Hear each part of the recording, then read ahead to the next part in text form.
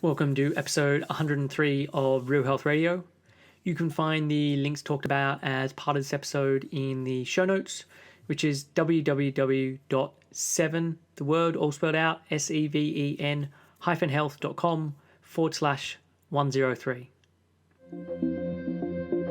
Welcome to Real Health Radio. Health advice that's more than just about how you look. And here's your host, Chris Sandel.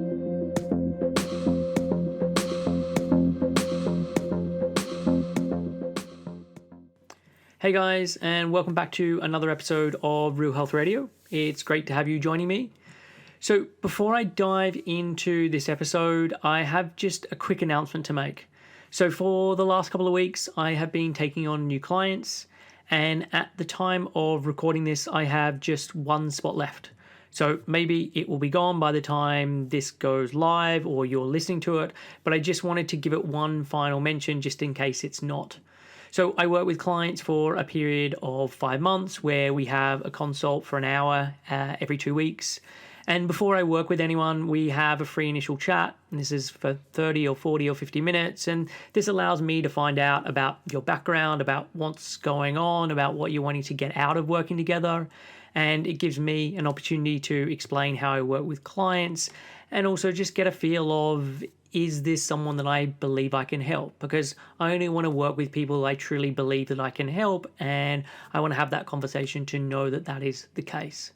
So I have clients all over the world, and consults are done via Skype or FaceTime or phone. So even if you're not based in the UK like I am, that's not a problem. And I work with clients in Australia and Canada and the US and France and Germany and Dubai and like all over the place. If you're interested in finding out more, you can head over to www.7-health.com/help, so HELP, for more details. And if there is still a remaining spot left at the bottom of that page, there'll be a link to apply for that free initial chat. And I'll then get back to you within 48 hours and we can arrange a time that suits both of us. If alternately the link says that you're going to be going on to the waiting list and it says that I've now closed down to new clients, then that spot is obviously gone. But look, if you are wanting help, then head over and I can help in terms of getting over dieting or certain symptoms you have, whether that be sleep issues or hormonal issues or disordered eating or basically any of the topics that I've covered as part of the podcast. So you can head over to www.7-health.com/help and get in contact. So with that out of the way, let's get on with today's show. So today's show is another guest interview, and I'm sitting down with Eve Simmons. So Eve is a writer, a journalist, and one half of Not Plant-Based. And after recovering from anorexia, the 26-year-old has dedicated much of her time to exposing dietary fads and health myths which affect those vulnerable to eating disorders. She also endeavours to encourage others to follow her lead and fall back in love with all food. So I first became aware of the website Not Plant-Based earlier this year. So a friend of mine shared one of their articles that they'd done where they'd interviewed the food critic Jay Rayner, and it talked about his issues with body image, but also his real disdain for the whole wellness movement and the unscientific nature of a lot of that stuff. And so I started to follow the site and started reading more of their articles and really liked what they were putting out. So Not Plant-Based is run by Eve Simmons and Laura Dennison. And so I reached out about them coming on the podcast, and I've actually recorded a separate episode with both of them, and this is Eve's episode. So the bulk of the show is mostly about Eve's eating disorder and her experience with recovery, both as an inpatient and as an outpatient. And I previously had guests on like Andrea Lamar talk about her experience in Canada, and Isabel Foxen Duke talk about her experience in the US.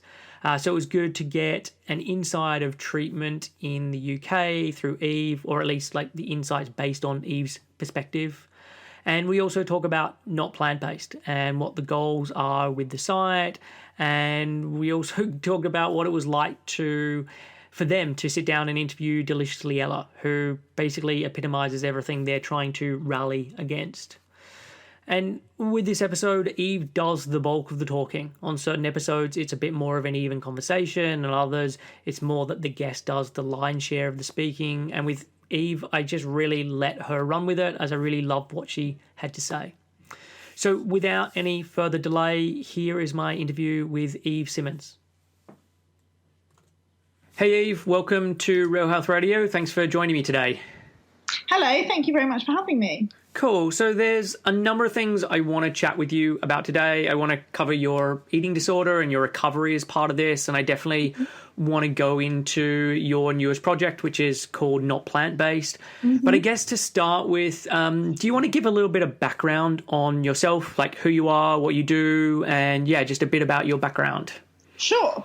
So I'm a journalist, really, by trade. And a writer, and I've been in journalism for about 4 or 5 years now. And I always kind of had like a absolutely fine relationship with food. Didn't really have any kind of large mental health problems at all.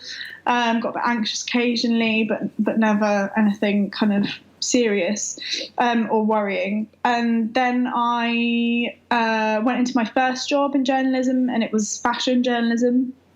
And from there, I developed an eating disorder quite quickly, which was quite surprising for me because I'd never really had any sort of problem with food at all. And it was a kind of mixture of being 22 and growing up and realizing you weren't a kid anymore, and then also being in this huge fashion world, which I thought was fascinating and amazing and wonderful and glamorous, but actually it was pretty dark and not the best for me. And then kind of since then I had a very, very, very quick I lost a lot of weight very quickly, which in some ways was fortunate because it meant that it was picked up very quickly, and I've got a huge support system, and I'm very lucky to have an amazing boyfriend and an incredible mother. And so I was kind of pushed into treatment straight away. And so from kind of getting ill until treatment, there was about a 4-month wait while we were waiting for treatment on the NHS. But it's been 2.5 years, and I'm already kind of have been through inpatient treatment, been through outpatient treatment, and I'm kind of now. I don't like to say fully recovered because I don't really think that's a thing, but I'm almost there, and I now spend my time running a website called Not Plant-Based, where I dispel dietary myths and celebrate food and try and raise awareness for eating disorders, basically. Cool. So all of that stuff I want to dig into in a lot more detail. Maybe take us back to your childhood. What was eating like? What was food like in your household growing up? It was always great. Most of my memories are about food growing up, and not in a bad way. Every meal, I'm from quite a big Jewish family. Well, I say big, it kind of dwindled as everyone got older and died. But we started out as quite a big Jewish family, and so every festival, every kind of pinnacle of the year, every holiday or whatever, there was always food involved. There was always quite a lot of food. And it was great. And I have nothing but kind of great memories of being around a table and being a kid, lots of elderly relatives and some younger, and cousins and stuff, and eating lots of food, and it always being a really positive, pleasurable experience. I was always a very, very non-fussy eater. So I always kind of preferred I remember always saying that my favourite food was celery, but I had literally said that since I was about 2 years old. Always, for some reason, I loved celery. I don't know why.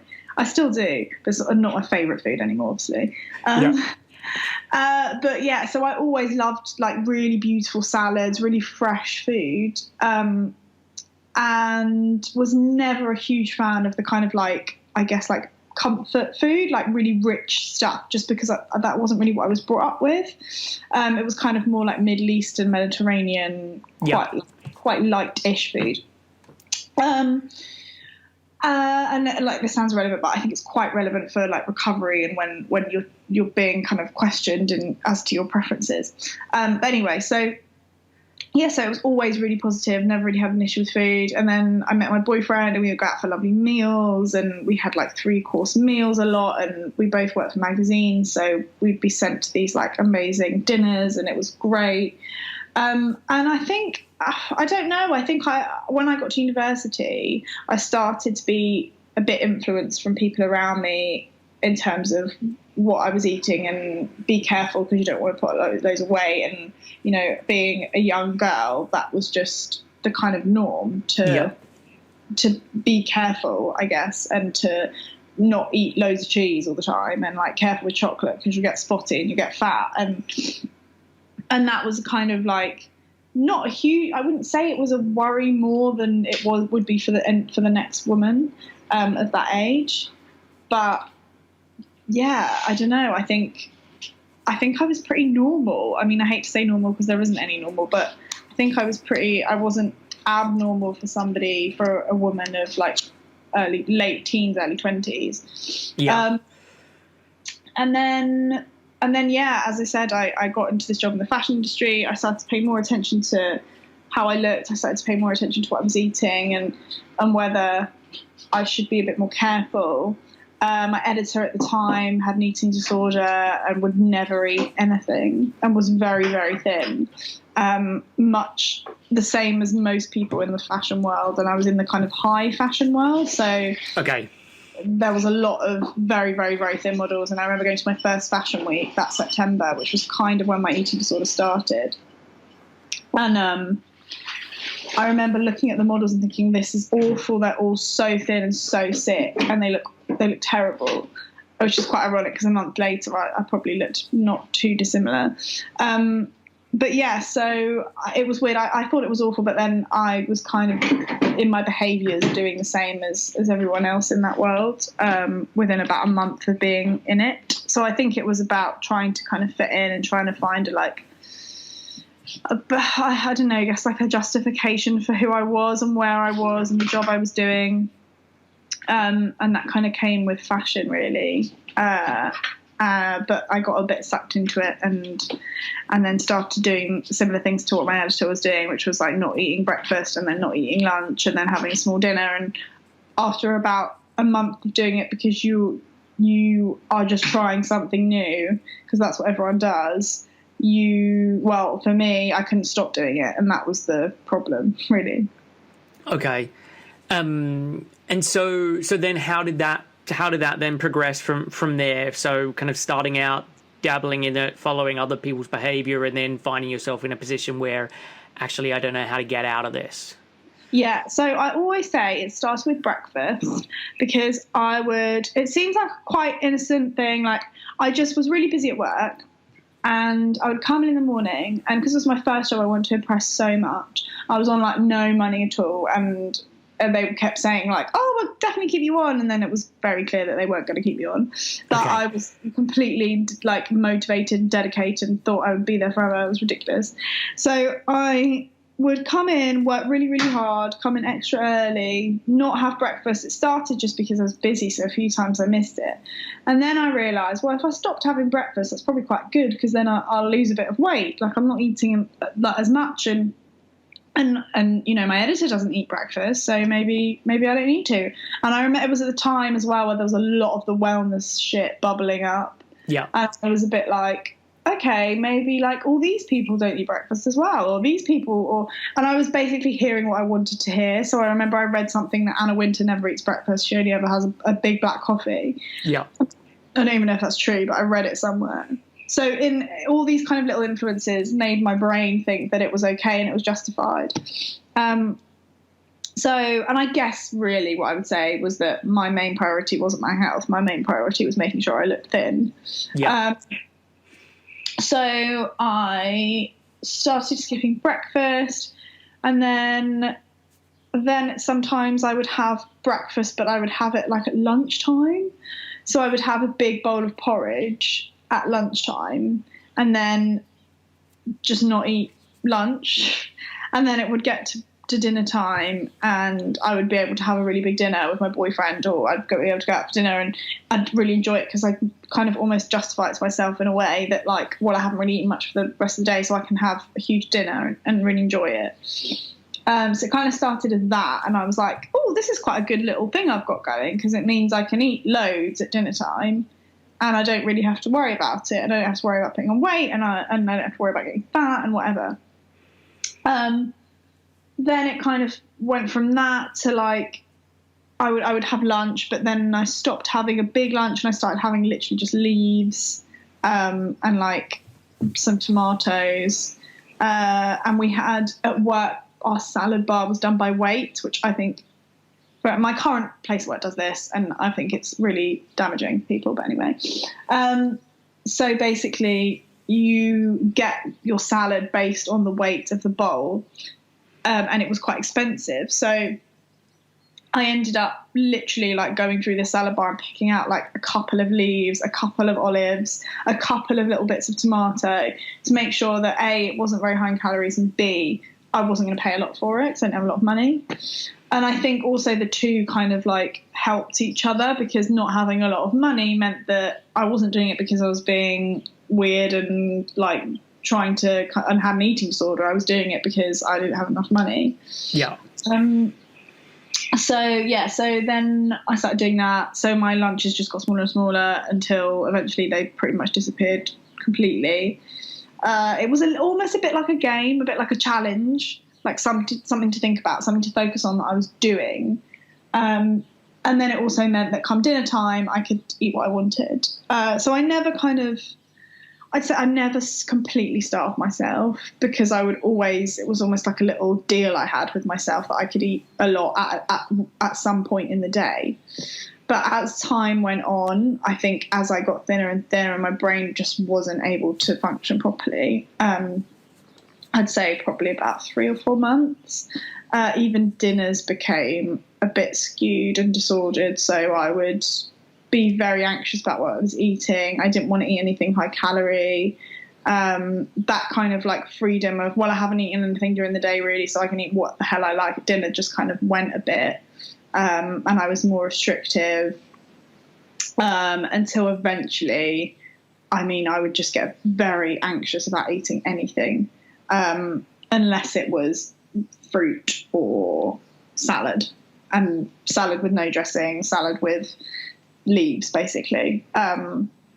So yeah, and I also got quite involved in the whole, like, Instagram wellness world, and because I think that whole thing of me trying to build up on saving my calories so I can eat a lot in the evening, it all came down to the fact that I fundamentally love food, and I always will do. So I was trying to find a way that I could be myself, but also fit into this ultra skinny world and not put on any weight. And I think those two didn't quite match up.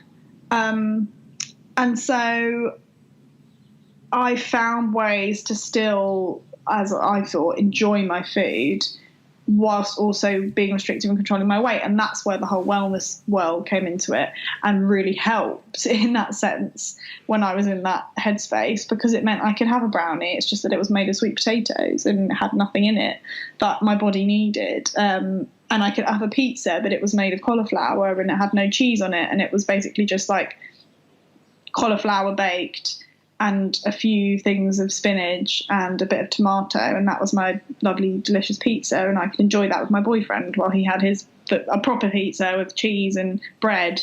So I think it just spiraled very quickly. I lost a lot of weight. And then it kind of all started in the maybe September, October. And then by April, I saw somebody, I went to my GP who was rubbish, told me to eat a lot of chocolate.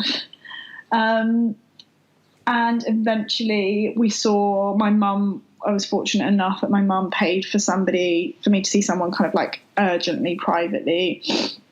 I had a couple of appointments with her, but they were a bit kind of sporadic and not really what I needed, to be honest. Okay. And can we just back up just a little bit? I just want to get a sense. You said that obviously weight started to come off.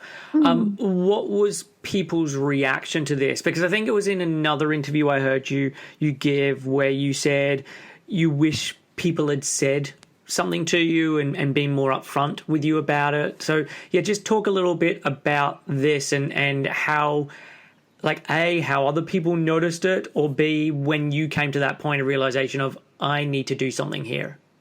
Yeah. Well, my mum, as I said, I'm from a Jewish family, which means my mother is a Jewish mother. And so any weight I lose at all, she is always hounding me. And has always said I look thin, but that's just the way my mother is. So as soon as I lost a bit of weight, she wouldn't stop nagging me about it, which in a sense was actually counterproductive because it just made me annoyed at her and made me think, oh, she's just being my mum and I can ignore her because she's my mum. So obviously she's going to say that. So what she's saying doesn't make a difference. Well, actually, obviously, after a month or so, I should have listened. But it kind of had the opposite effect. And yeah, I think what it showed me was that it's so normalized to want to lose weight and to be successful at losing weight that you get applauded for it. Yep. And I remember, especially in the publication I was in, it was like, oh my God, you're so tiny. I'm so jealous. Oh, you're so tiny. I remember one of my bosses saying to me, oh God, you're so tiny, in a kind of like great way. Like, how did you do it? What's your secret? And then also, of course, in the evening, I would eat these huge, well, what I thought was huge, it probably wasn't huge, it was just a normal meal.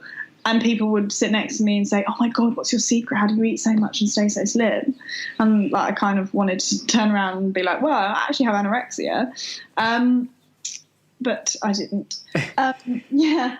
And yeah, my friends, I think it was hard, and I think maybe I wasn't fair enough on them, but I think that it was almost that they saw me lose all this weight and they thought that, one of my friends said to me, oh, I just thought that it was just natural because you'd started a new job and you were really busy, and a lot of people, when they get their first job, they just lose weight. Yeah. But I think I'm naturally very small. That's just how I've always been. And so it was very noticeable when I quickly dropped quite a lot of weight. And I think no one kind of said, what's going on here? Are you okay? Apart from my boyfriend and my mum.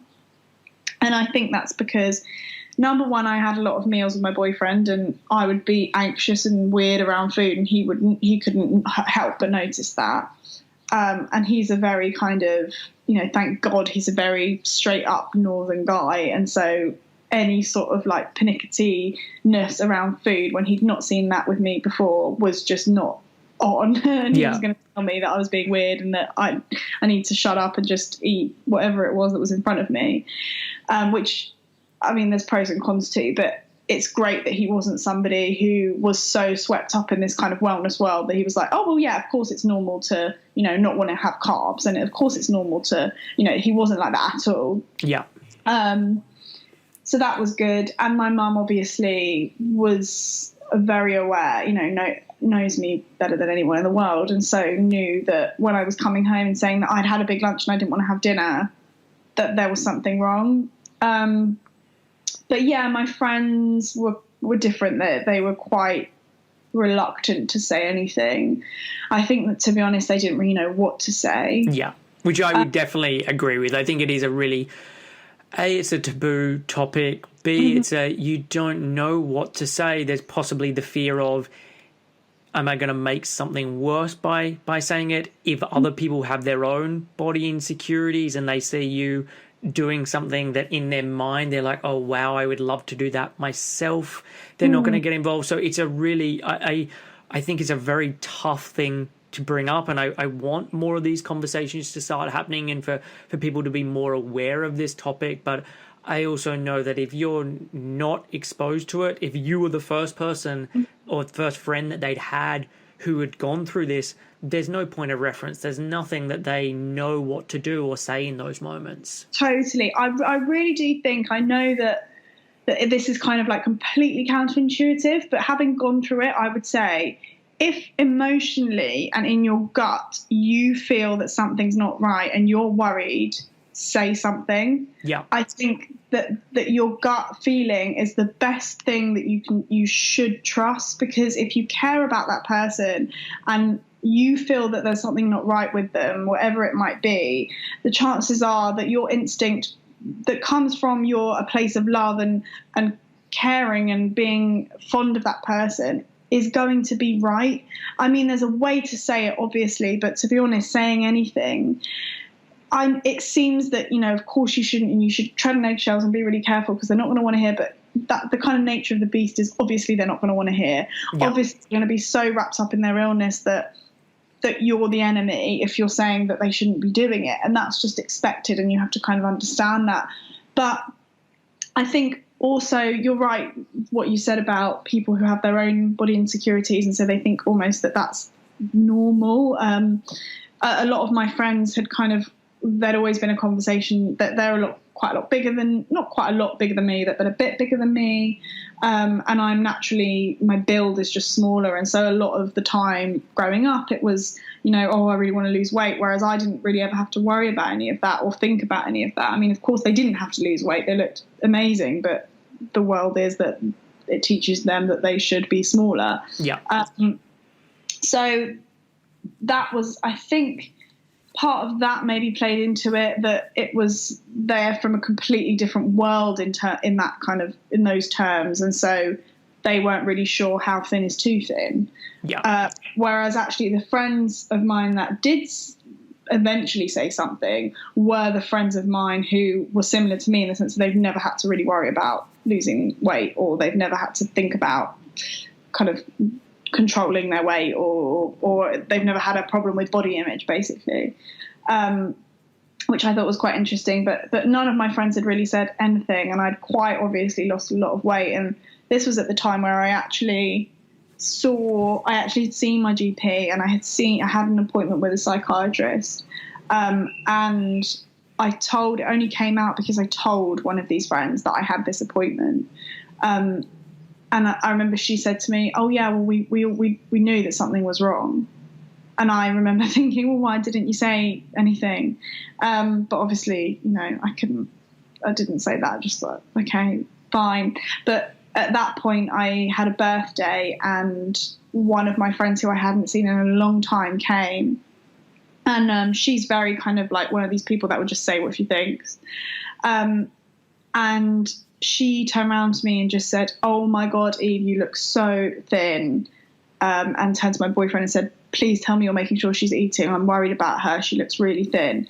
And my other friends were completely shocked and appalled that she'd said something at my birthday, and how dare she, and she was quite out of order. But I actually thought that that was the best thing that any friend could have done, because it made me realise that people care. Yeah. And that people are worried about me. And that is just me, and that's my own story. And I know that a lot of people who experience these things experience them for a whole number of reasons. And so, having somebody say that to them doesn't actually mean anything, and isn't really relevant to the reason why this has happened. But for me, just knowing that one of my friends realised, cared, had acknowledged that I didn't look right was quite a turning point, actually, and kind of made me realise, no, I definitely do need to go and get help. The process from there of, number one, getting the help and getting the right help, and number two, starting the kind of like physical activity of recovery is a completely different story to like realising you want to get help and going and getting help. Yeah. The two things that are difficult in their own right, but it's kind of like a long way to get to the next step. So then, talk about your recovery and what that process looked like, if you were inpatient, outpatient, etc., and just a little bit of that journey. Sure. It was a long one. Yeah. So what happened? So I went to my GP, who told me to eat lots of chocolate and not go to the gym, which was helpful. And then I went to my mum, told her what he'd said, and my mum, being my mum, said, that's not good enough. I'm coming back with you to the next appointment. So she made an emergency appointment, came into the doctor's surgery with me, said to him, basically my mum had loads of places that she'd read about written down that she wanted me to be referred to, and so said to him, can you refer her to hit this place, this place, and this place? He didn't have a clue what he was doing. He didn't have a clue what he was seeing in front of him. He very clearly didn't really know what to do, and kind of proceeded to Google all these places in front of us in the doctor's surgery, which was pretty embarrassing. And then eventually I got a referral to my local eating disorders unit, and then within about, I'd say probably about 3 months, I had to wait, and then I had an appointment, and that was marked as urgent. So it was an urgent appointment, and I still had to wait about 3 months for it. And that was with a psychiatrist, and then from there I was kind of under their wing, and then went in for outpatient treatment, and I would have kind of weekly appointments with a nurse, and monthly appointments with a dietitian, and then also monthly appointments with a consultant psychiatrist. So that was kind of like I was on the road to recovery, but by that point, to be honest, I had lost so much weight. My mind was completely, I think my cognitive functioning had pretty much gone by that point, because once you hit a certain weight, you can't really function properly in your brain. And I was so almost just in with my eating disorder that I couldn't, as much as I tried and as much as I wanted to, eating properly was difficult. Eating to gain weight was like a mountain. I mean, there was no way. It was just too terrifying.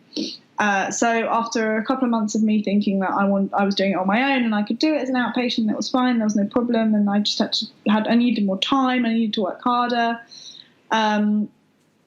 This time I also had a full-time job. I'd left my job in the fashion industry. I was in another job which I loved, but I was working every day, and I was working really hard, and I was trying to juggle everything. And it just, I just couldn't do it. I was just losing more weight, either maintaining a very low weight or losing more weight. I wasn't putting anything on. And so I was told that there was a place on a day program for me, which meant that I would go in every day from 10 till 3. And I would have lunch and 2 snacks there, and then come home and have dinner. And the idea is that it's kind of, there's like group therapies, and it's a way of having a more intensive treatment, but not inpatient. And so I refused it and said that I didn't need it, and I would just be an outpatient, and I could do it on my own, and I was working and I was desperate not to give up my job. And then within about a month, I had a weigh in, and I'd lost a bit of weight, and I had a phone call from them, and they said, no, we're telling you, we're not asking you, we're telling you, you need to come for this treatment now. Otherwise something really awful is going to happen, basically. And so I had to quit my job, and I quit my job the next day. And then I think that was like the Friday, and by the Monday I was in this day patient. I was a day patient in this unit. And the treatment on there was brilliant. I mean, I was very lucky, and the nurses and the people that worked there, they were kind of set up. They were a bit like mavericks. They set up on their own. And they were the most kind, compassionate, understanding, insightful people. But they had no funding. They had very little, if not no, help from the main eating disorders inpatient unit, which seemed to get all of the kind of like resources and support, whereas they were kind of struggling on their own a bit. It was very depressing, because it was like a group of 5 eating disorder patients, many of which had really complex issues. And I mean, I think that my case is maybe quite different in the sense that I didn't have any sort of horrific childhood trauma. I was always brought up in a very loving, wonderful family. I have a great boyfriend. I have a great support system. There's this was a kind of very sudden thing for me that happened, and I wanted to kind of get rid of it quite quickly. Whereas there were people I was in treatment with who had been ill for years and years and years, and could never kind of see a way or a life outside of their eating disorder for a number of reasons. Whereas that was very different for me. So it was helpful, and some of the therapy on there was really helpful, and the people were incredible. But after a while, I did feel a bit like I stuck out like a sore thumb.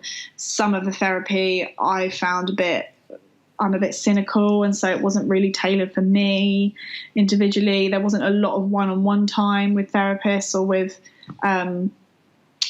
the kind of mental health nurses, so that was quite difficult because you were competing for attention with the other patients. But anyway, I only ended up there for a couple of weeks because after I think it was a week.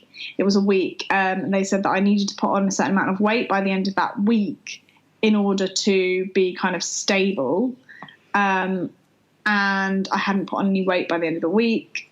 So they said that they needed to have a meeting with my mum and with like 5 other professionals in the service. I didn't understand what was going on. I thought, what the hell are you doing? This is weird. I'm fine. I'm on this. You've asked me to come to this day patient unit. I'm here.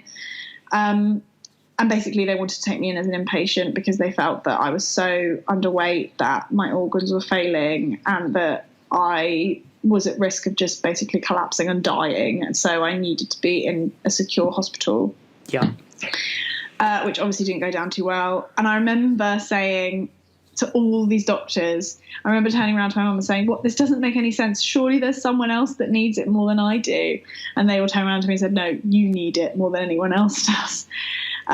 Which was bizarre. And then, so I ended up as an inpatient for 6 weeks, which was horrendous and horrific. And they wanted me to stay for longer, but I refused and ended up out after about 6 weeks. And then the rest of my recovery I've just done kind of by myself and with a couple. I've had an amazing outpatient nurse who I've seen every so often, every week or so, who's brilliant, and some psychiatrist appointments. I had a therapist as well, which really, really helped kind of like explore some of the reasons why it happened in the first place. But I mean, I will say ultimately getting to the kind of end point and getting me through it, a lot of it has been done in the past year or so, and that has been with Not Plant-Based and with Laura. Okay. And just kind of discovering other people who have similar stories, finding out all the dietary information for myself and realizing that everything that I thought I knew was wrong. Yeah. That's helped hugely. Also kind of just becoming more comfortable with the things that I wasn't comfortable with in terms of food and realizing what was that about and being more curious about it and thinking about it more. And also having an incredible support system. So yeah, but I think that treatment has a huge way to go, and I was one of the lucky ones in the sense that I had a great day patient unit, which a lot of trusts don't have. But even with that, it was still pretty bleak. And so, yeah, I mean, you just mentioned Not Plant-Based there, which I want to chat with you about. But first, you also mentioned about the fact that you had a horrific experience as an inpatient. So maybe what was so horrific about it? And maybe comment generally on what could be better within the treatment of eating disorders within the UK, because obviously you're exposed to that, or even just from your perspective, what could be better? Yeah. Oh God, I could be here forever. So my experience was a lot of very overworked, underpaid nurses, mental health nurses, care assistants, who were in charge of a group of extremely vulnerable, I say young women, because on my inpatient unit there was one man. He was a lot older. absolutely no psychological input whatsoever. You were lucky. So people get put on a waiting list for therapy, which I think is absolutely absurd. If you're in an inpatient unit for eating disorders, surely, it's page 1 that you're going to need a therapist. It's pretty urgent. But you're put on a waiting list, and some people in my unit were waiting for about a year to see a therapist. God. Okay. Yeah, I mean, I waited. They told me it was going to be 6 months, and it ended up being 4 months. Which was actually quite good going. And I got 10 sessions with her. And then after that it was, and even now I'm being told that I should really go and look for a therapist, because I probably still have some stuff to work through, but obviously I have to pay for it. So that was awful. The nurses and the healthcare assistants have zero to no insight into eating disorders whatsoever. It's very much that the approach is mental health and mental illness, and therefore if they've had training as a mental health nurse, they have understanding of mental illness, and therefore they can attribute that to every single mental illness, which I think with eating disorders is not true. It's probably not true for every mental illness in general. Yeah. But especially for eating disorders, just from my experience, I think it works totally differently, usually a totally different type of person, and projects itself in a totally different way, presents itself in a totally different way, rather. A lot of the girls were obviously in adult services, but had only very recently been in adult services, so were like 19, 20. I was one of the eldest in the whole unit, which to me, they're still kids. They need a lot of support. They need a lot of love. They need a lot of kindness. They need a lot of care. A lot of these people have developed a mental illness because they were subjected to a horrific time as a child, or something horrendous happened to them when they were younger. And there's no support, no one-on-one help for that at all. It's very much just run almost like a prison. It's very punitive, the place I was in. So we had to have showers at a certain time. I remember once I had a shower half an hour after I was supposed to, and I got absolutely screamed at by a nurse, which was horrendous and really traumatic. And I remember calling my mum and just saying, I need to get out of here. I want to leave. I feel when you're at your most vulnerable and you're being made to face on a daily basis the thing that you're most terrified of, having an environment where you're made to feel that you've done something wrong and you're in trouble is absolutely barbaric. I was completely shocked. I thought, and as a journalist and somebody who likes to think they're quite kind of insightful about these type of things and knowledgeable, I was just completely shocked that in 2017, this is how we're treating vulnerable people. And I was very aware that I was very lucky because I had a great support system outside of the hospital. I mean, the reason why I was only there for 6 weeks was because my mum got me out, basically. And also, once I was given the food in front of me, I was able to eat and kind of get over that fear quite quickly. I mean, not 100%, but I was almost like not given the choice and was told, you eat this. And because I was so scared and frightened, I ate it. And after a few times, that kind of, unfortunately, the nature of the illness is that you need to do that in order to compute it, in order to get over the fear, like any fear, really. Yeah. So I was able to gain weight quite quickly, whereas a lot of the girls I was with weren't able to do that and found that much more difficult, but weren't given any extra support for that. It was just like punishment. Like, well, if you haven't eaten your meal, then you're not able to go outside on the weekend and see your mum. You can't have any visitors. You can't go outside of your room. You're not able to go downstairs for some fresh air. That kind of approach, which I just thought made no sense and also was just totally inhumane and awful. I think it's just, I was completely shocked. I think it made me realise that not only do we need to be so much more careful about the type of people that we employ in these places. Yeah. And to me, it says that we're not placing any sort of value on these vulnerable people who have so much potential to give so much to the world and are wonderful, incredible, brave, brilliant, intelligent people, but we're just shoving them in a corner of society with people who have no insight and aren't able to kind of offer any sort of specialist care and just keep them alive, basically. That's their job, but nothing else. And we're not placing any we're telling these people that we don't care about them, and that they're not worth anything, which is what they've been told for their entire life anyway. So it's just reaffirming that. And how on earth do you expect them to get better from a really crippling mental illness when that's the message that you're giving them? Is just, it doesn't make any sense. Yeah, I mean, it was the nurses also just, a lot of them are bank nurses. So they come from, when they're short-staffed on the ward itself, the nurses will come from an agency. So they don't necessarily have any training in eating disorders whatsoever. There was also quite a few student nurses on my ward who knew nothing about nothing, really. And were younger than me. Most of them were younger than me. Most of them had barely just finished any sort of qualification, not even a degree, most of them. It was just like an NVQ, I think they did in nursing.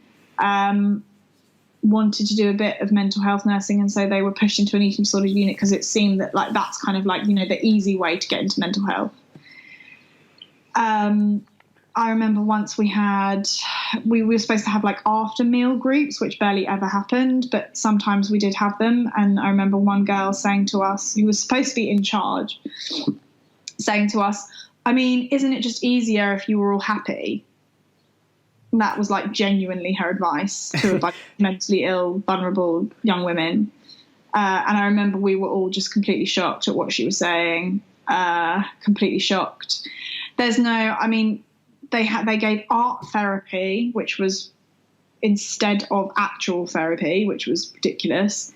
And the art therapist would get the girls to like paint a little bit on a piece of paper and then ask them what that meant that they felt about their feelings. And I understand that for some people that's helpful, but when you have a very severe to critical mental illness that's making you very physically unwell, painting a little bit on a piece of paper is not helpful. Also, a lot of the girls who I was in inpatient with were really talented artists, and had done degrees and had been to art school and were creating the most incredible pieces of art in their own notebooks every single day.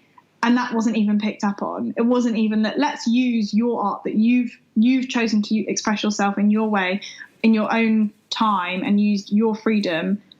We want you to come and sit in this room, which is like horrible and smells, and where you eat your lunch, so it's already associated with fear and anxiety, and we're going to give you some watercolors and that's going to help you get over your anorexia. Like, it's just completely insane for want of a better word. I think that we need to be really looking at the people that we employ. I think we really need to be number one, firstly, I think we need to be putting more into outpatient treatment, because I don't think people should be having to go for inpatient treatment at all.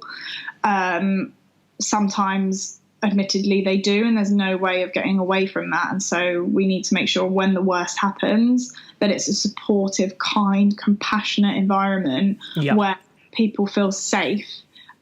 There was nothing safe about the place I was in. There's nothing safe about having nurses come into your room at 3 o'clock in the morning and shine a torch in your eyes. Like, there's nothing safe about somebody making you wake up at 6 o'clock in the morning to go in and be weighed for no reason. There's no reason you have to weigh someone at 6 o'clock in the morning. Absolutely no reason whatsoever.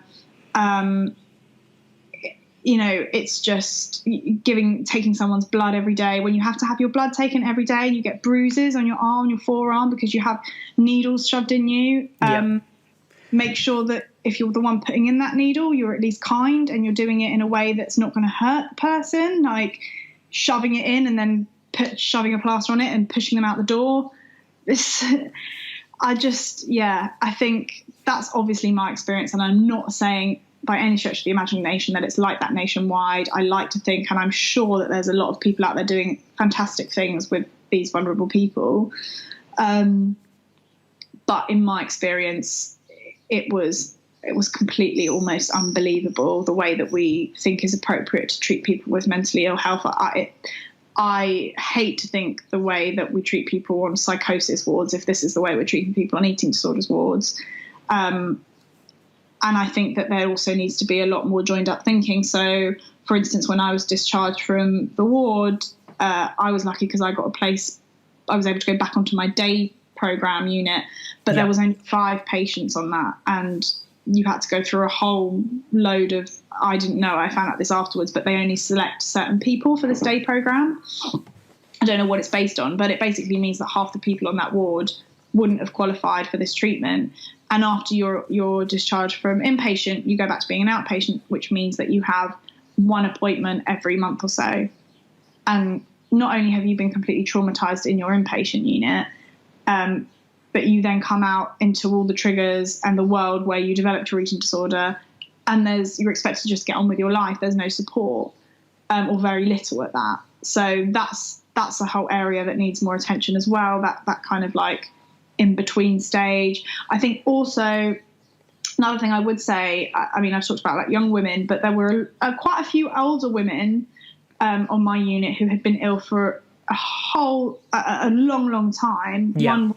One woman there who was like my mum. She's just the most incredible, brave, amazing lady. And she was 55 and had been ill since she was 13. Yeah, and had basically just sat in this ward for about 5 years. And before that, she was in another unit, and before that, she was in another unit, and basically been in and out of places for most of her life. And just was convinced at the story that she wasn't good enough. She was always going to be ill. Recovery wasn't possible for her. And she was always going to be in and out of one of these places, and that was just her life. And she was like the most vivacious, hilarious, caring, kind, lovely person, intelligent, empathetic.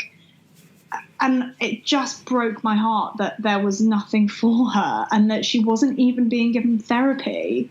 It was like, well, she's that old, she's been ill for that long, so we just kind of give up on her. It's fine. She'll be in one of these units for the rest of her life, and then she'll just die probably because she'll starve herself to death. And it's like, we don't care. And it's heartbreaking. It really is. Just because she's older doesn't mean that she doesn't deserve a sort of quality of life. It doesn't mean that she doesn't deserve the best chance. And I think also, what type of message does that give to the young girls that are in there, that this is going to be my life and there's no kind of like get out for her. So what does that mean for me? I think that we need to stop kind of just focusing on CAM services and adolescent services. And, you know, it's great the government are putting all of that money into young people's services. That's great. But as in my case, eating disorders can develop when you're older. Yeah. There's also a whole host, now we found out there's a whole host of middle-aged women and men who are becoming ill with eating disorders. So I think that we have to be a lot more insightful and knowledgeable about this illness that is really volatile, really toxic, really poisonous, and very strong and powerful. And I think we need to know more, and with knowledge comes better treatment, really. And we need to have more of a kind of contextual view of eating disorders and view people as people. And often eating disorders aren't just eating disorders. They come from either trauma or some kind of other underlying mental illness. I mean, everyone's kind of on a scale. Most of the women that I was in inpatient treatment with had a coexisting illness or a coexisting mental health problem. Yeah. Which was kind of like battered away because they needed to eat, and once they'd eaten and they'd restored their weight, everything would be fine, and everything was blamed on the fact that they were underweight, which just isn't true.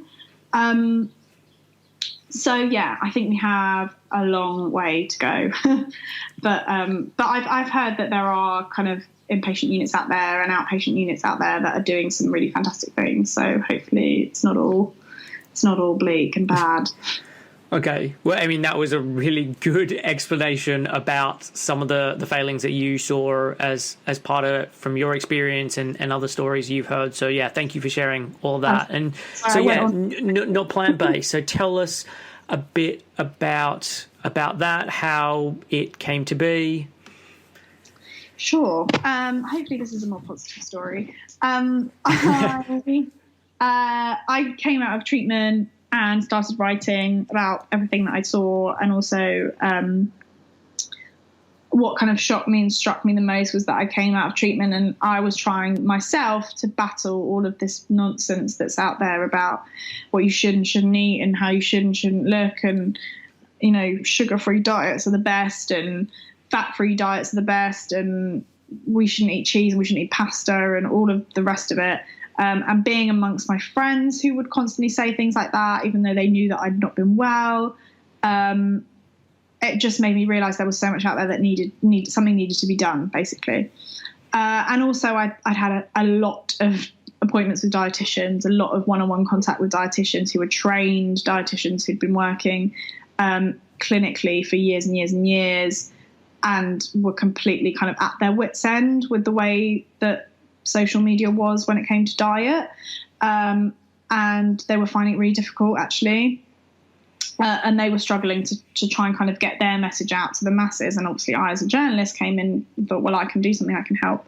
So I started writing, and I wrote a piece for the Telegraph about clean eating and how it kind of aided my eating disorder. And I interviewed quite a few dietitians. And it was at the time when Deliciously Ella and Madeline Shaw and everyone else was like put up on this pedestal and were brilliant, the Hemsley sisters. And I basically just called BS on all of that in this piece. And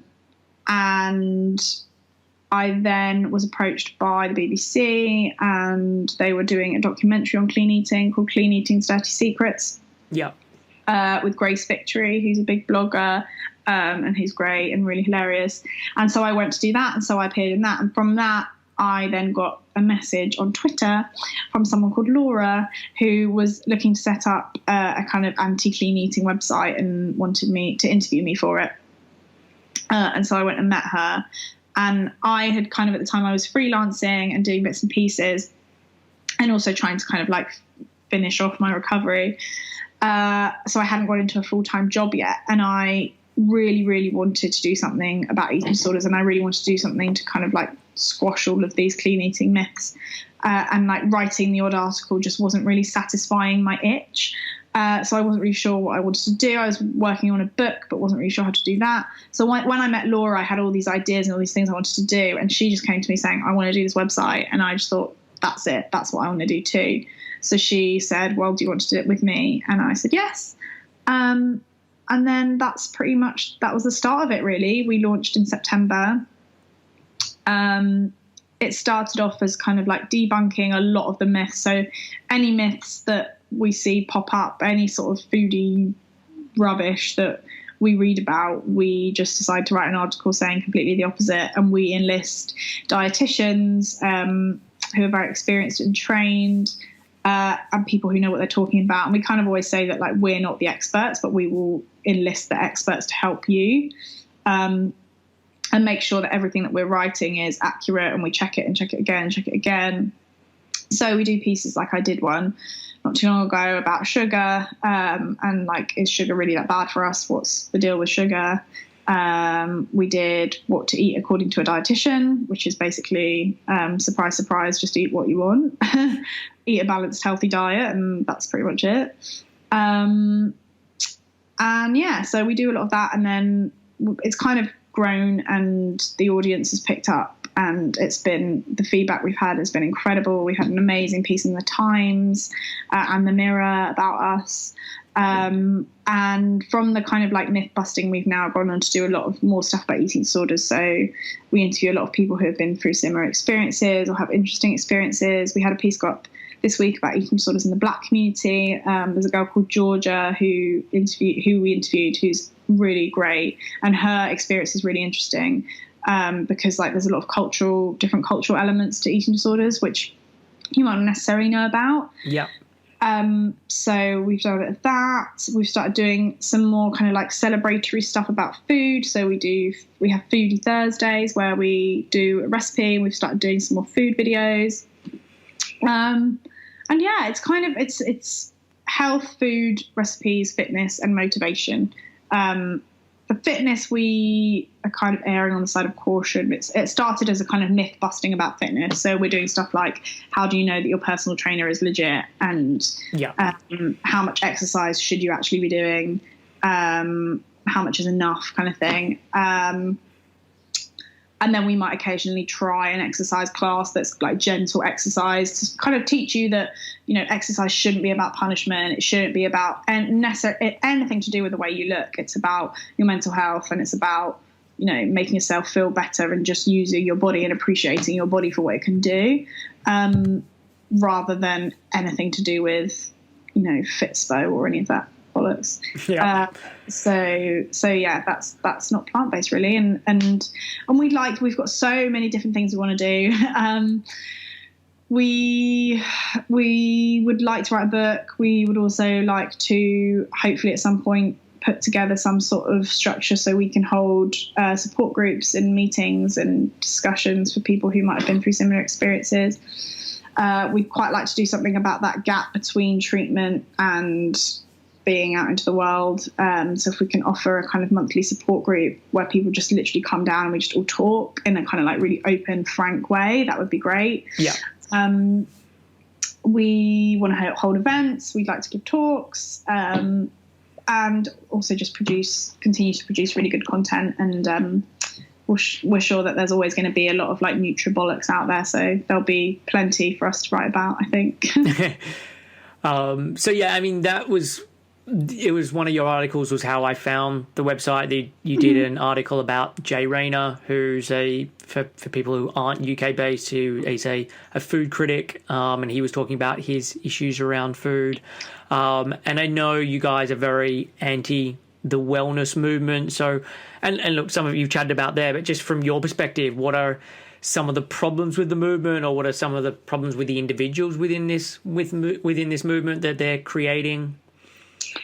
Oh, there's so many. I think it's a kind of like almost like a bit of a microcosm of our society in general, because it's just what we've seen for years and years. It's people who have a lot of money or a lot of power or connections, or for some reason are kind of at the top of society, and they're able to just have quite a lot of influence by not really doing very much. And it's unfortunate. And I think that the problem is that a lot of it is we live in a very, even more now, I think, than ever before, we live in a very visual first world. Yeah. And so everything is judged on the way something looks. And, you know, the saying, don't judge a book by its cover, kind of goes out the window. It's not even worth considering in 2017, because everything is judged by its cover.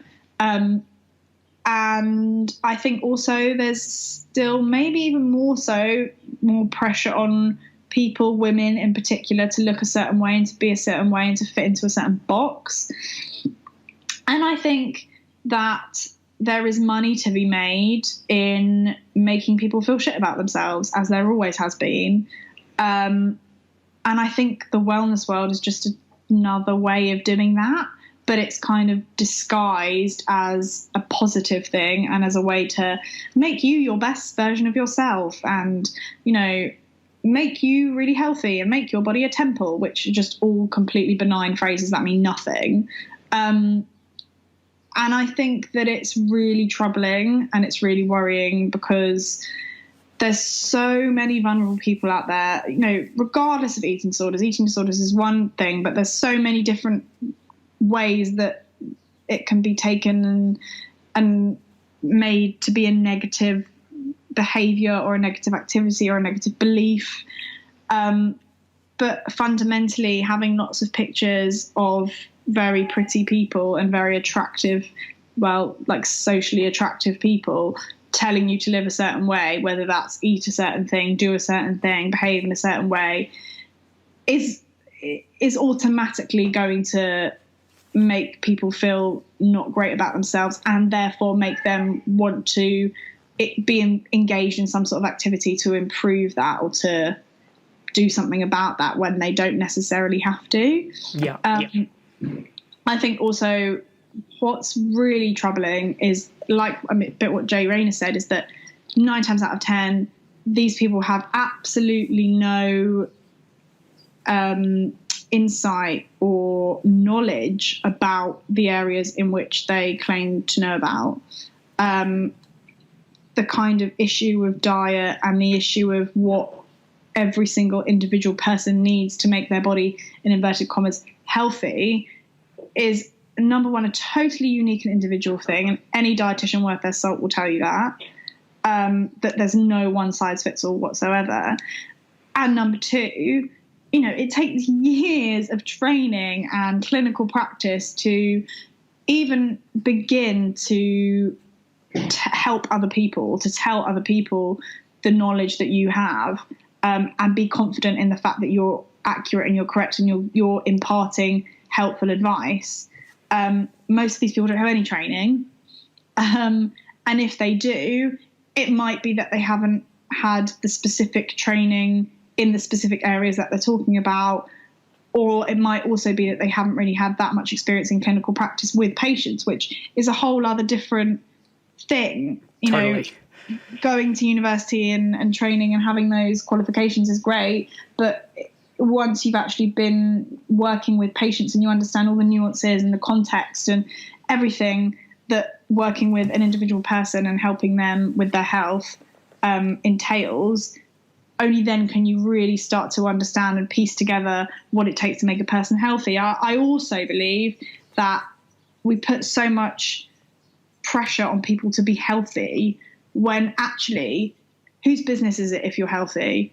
It's no one else's business but yours. And who is anyone to tell somebody that they should be healthy? Obviously people, you would think if they're nice, want you to be healthy because it means you'll live longer. But if that's not going to make you happy, then that's not really our business.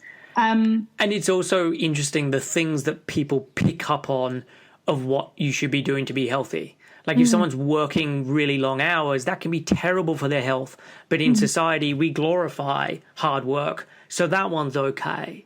Absolutely. And so you have things that are unhealthy that we're encouraging people to do or don't think twice about. And then we have other things that we deem unhealthy and bad and not socially acceptable. So that then gets demonized. So, yeah, it's not necessarily about health. It's about following certain rules that we deem are okay.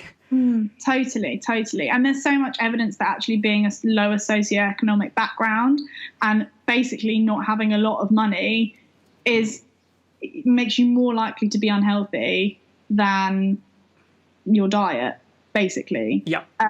And statistically, a lot of people who are going to be very unhealthily, severely obese in the sense that it will very negatively impact on their health, that's for reasons that ultimately it's very difficult for them to control, which could be things like socioeconomic background, genetics, social status, anything like that, a whole number of different options that actually have nothing to do with physical health or physical health that you can control. Yeah. And there's this kind of like perceived myth that our health is something that we are 100% wholly in control of, and that by being your optimum level of health, you're in some ways, a better moral being, which just I find really interesting because I have no idea where that's come from. Yeah. And so one of the things I wanted to chat with you about was you'd interviewed then Deliciously Ella for your blog, who obviously is the epitome in a lot of ways of all of the things that you are rallying against in terms of being someone within the wellness community, someone who is aesthetically pleasing but doesn't necessarily have the qualifications to back up what she's saying, all of these different things. So how was that experience of interviewing her, and how did you feel after coming away from that? It was really interesting.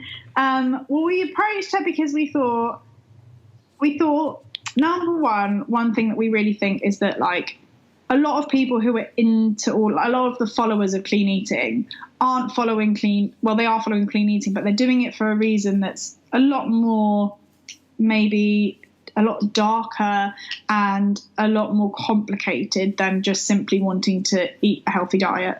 Yeah.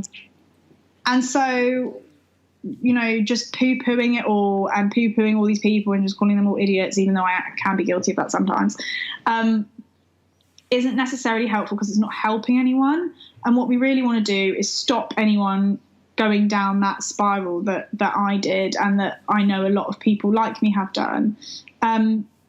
And the way to do that is to kind of get in front of those people. Even if they don't want to listen to us, we have to kind of like force them to.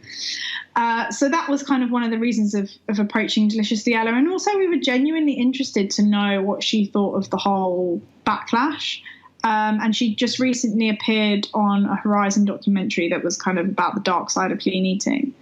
And so we thought she must be pretty up for kind of like maybe changing her image a bit or trying to set some things straight.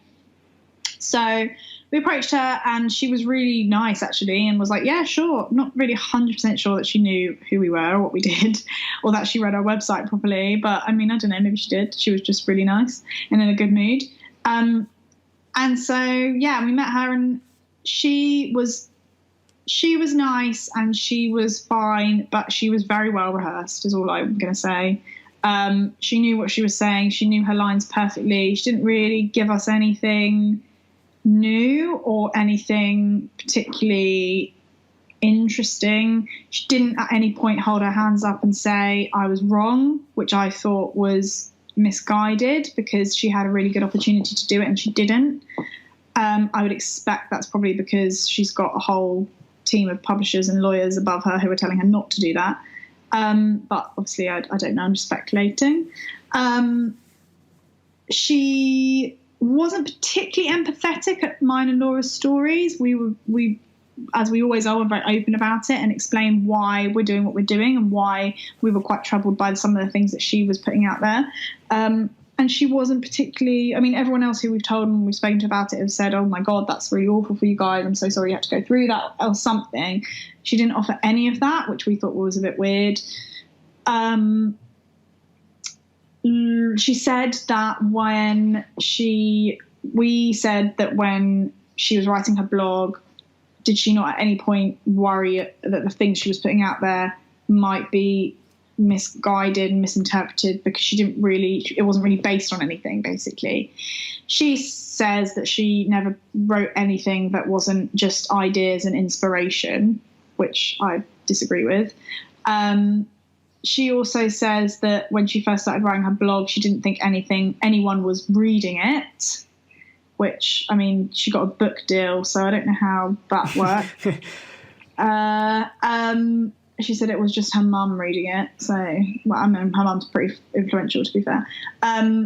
We then also, Laura then asked her what her link was to Sainsbury's because her mum's family basically are involved in like the Sainsbury's. She's from the Sainsbury's dynasty.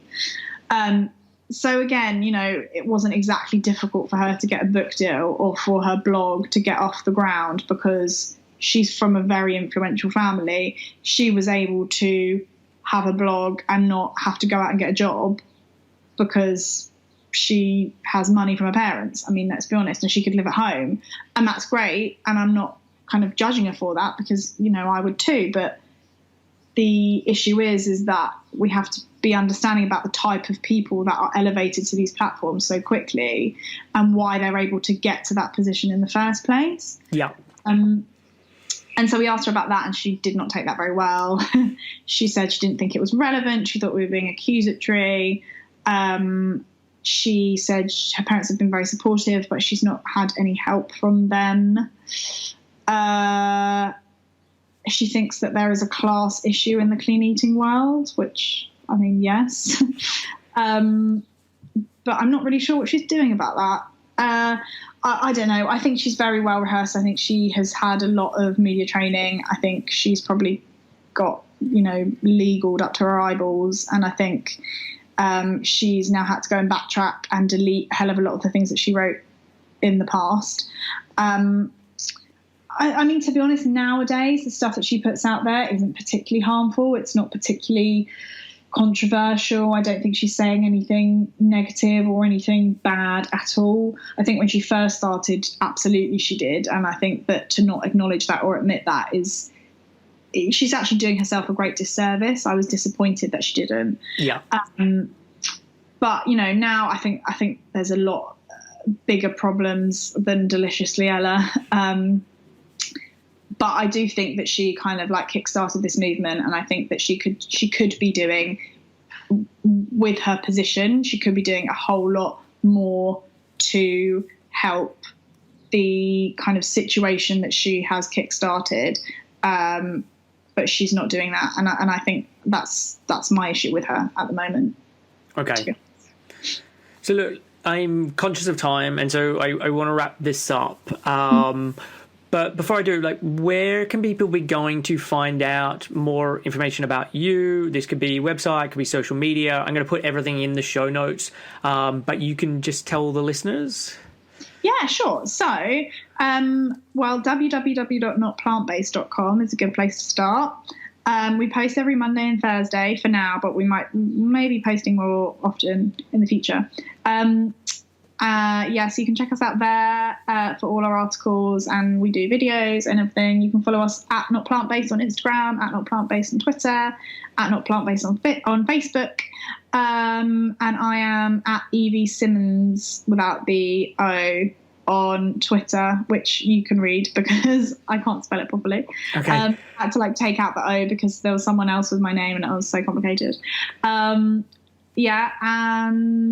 if you want any more information or support for eating disorders, I'd go to Beat's website, and they're the leading eating disorder charity in the UK, and they're really good, and they have forums.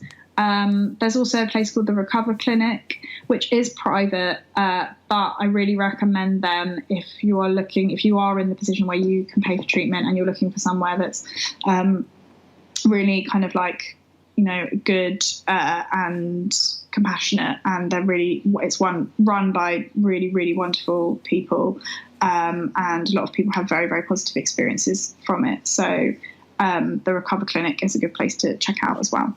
Perfect. Well, look, I will put all of that stuff in the show notes and people can then check it out. So thank you so much for coming on the show today and for sharing your story and for sharing your knowledge on this stuff. I'm really excited for Not Plant-Based and what you and Laura are doing. So it was great to be able to have you on and just to get the word out about it, because I think more people should be checking it out.